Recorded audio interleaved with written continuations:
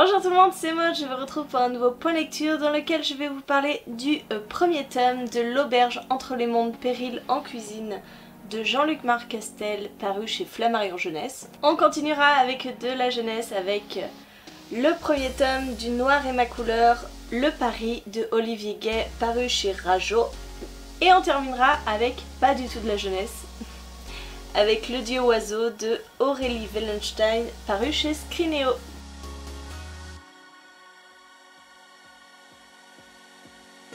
Allez, je vous parle tout d'abord de ce petit livre que j'ai acheté lors du salon des Imaginales. Aussitôt arrivé, aussitôt lu. En même temps, il fait moins de...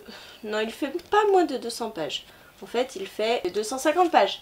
Dans cette histoire, nous suivons Nathan qui est apprenti cuisinier, qui fait ses études comme ça de cuisinier avec son meilleur ami Félix.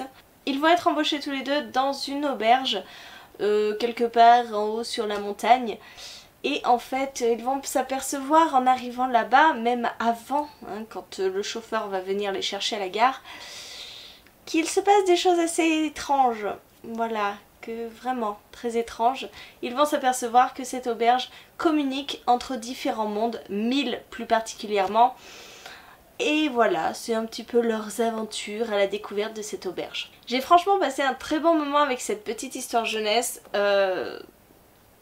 Jean-Luc Marcastel m'avait vendu le truc en me disant que c'était un Harry Potter avec de la cuisine. Et je dois bien avouer que c'est exactement ça en fait.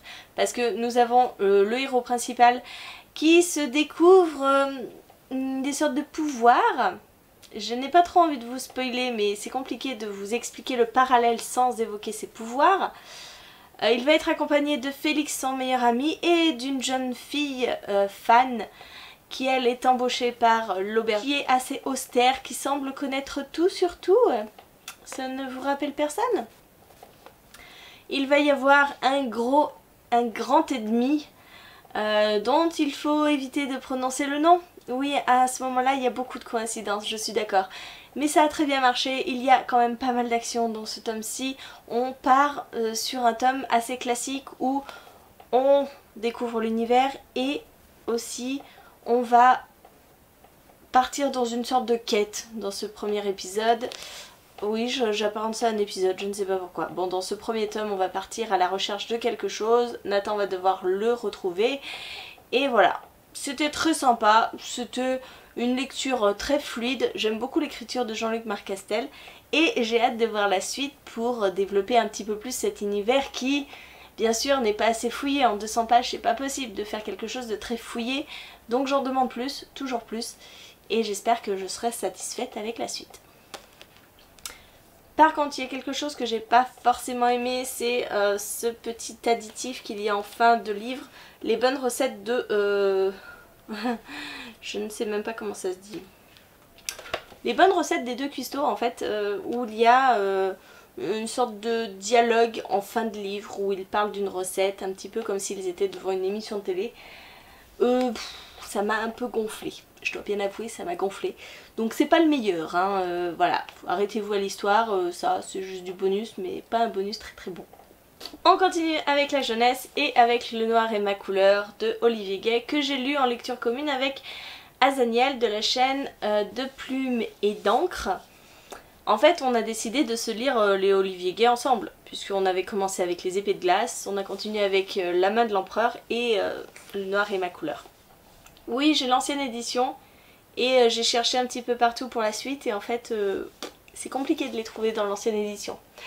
Donc je pense que je vais me prendre à la suite les nouvelles éditions, même si ça ne matchera pas avec le premier. Bon, on s'en fout, c'est purement esthétique, je vais vous parler de ce livre. Ici nous allons suivre Alexandre qui est le bad boy du lycée et Manon qui est l'intello, la première de la classe. Voilà, très cliché, hein, on est d'accord, l'histoire est très cliché.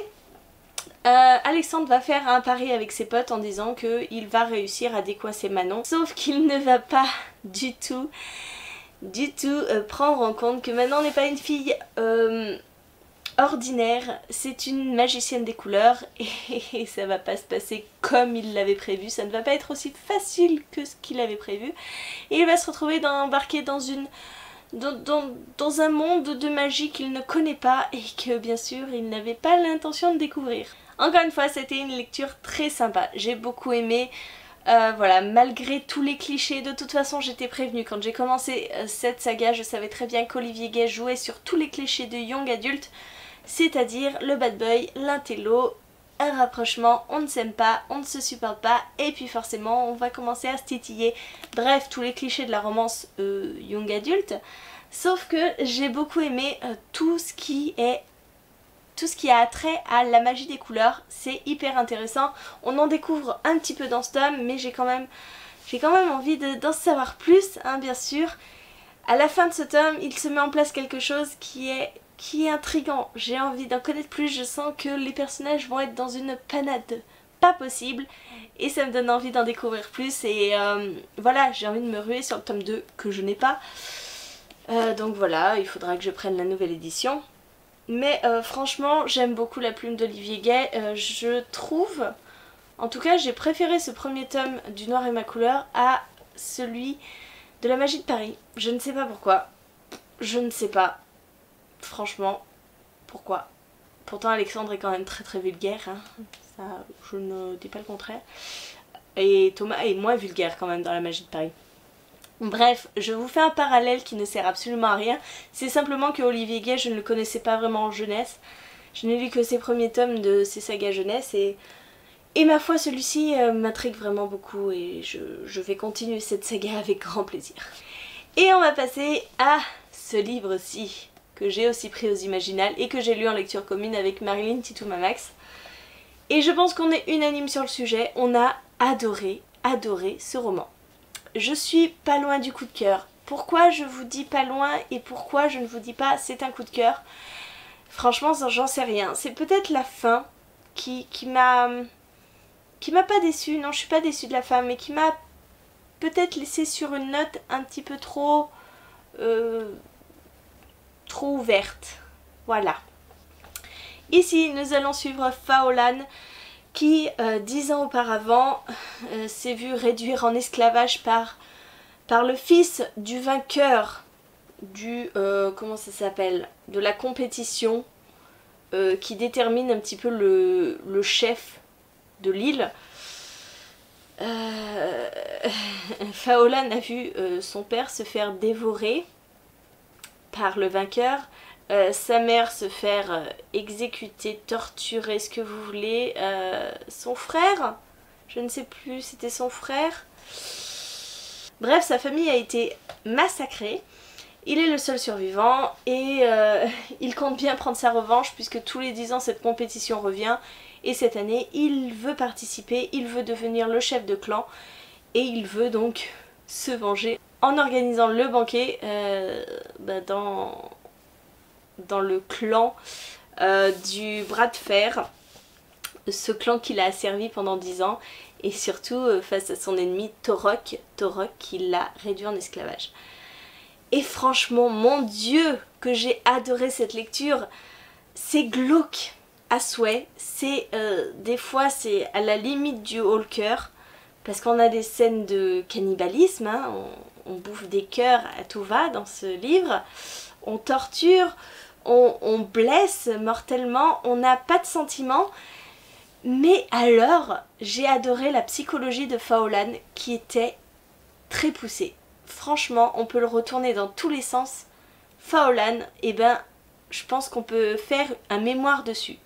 Parce qu'il passe par tous les stades, entre la folie, la raison, la vengeance, cette vengeance qui le brûle en plein cœur, mais pourtant, cette envie de liberté, cette envie de faire le bien, de rétablir les bonnes règles. Bref, c'est un personnage très intéressant. Et ce livre, il se passe tout le temps quelque chose, il y a pas mal d'actions et je vous assure qu'avant d'arriver à la page 100, on se dit que Faolan va se faire bouffer au moins 4 fois. Je vous assure, c'est impressionnant comme on peut être dans un monde d'une telle violence qu'on s'inquiète sans cesse pour des personnages et les personnages vous surprennent de part et d'autre. Même Faolan peut vous surprendre en bien ou en mauvais. vous êtes prévenus.